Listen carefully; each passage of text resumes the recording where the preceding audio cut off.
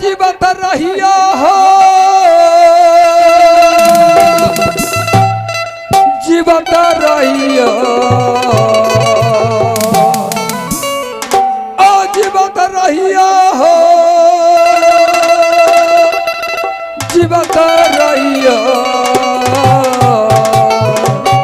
माता पिता के सेवा करत रही, माता पिता के सेवा करत रही, माता पिता के सेवा। ओ जीवत रहिया हो, जीवत रहिया।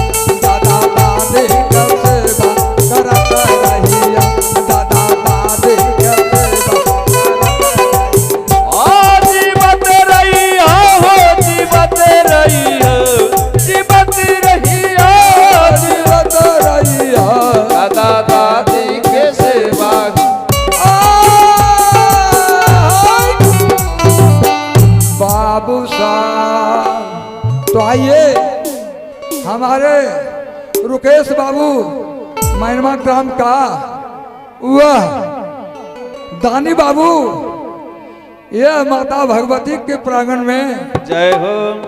ये कामूर के खंड पर 151 रुपया को दान देते हैं।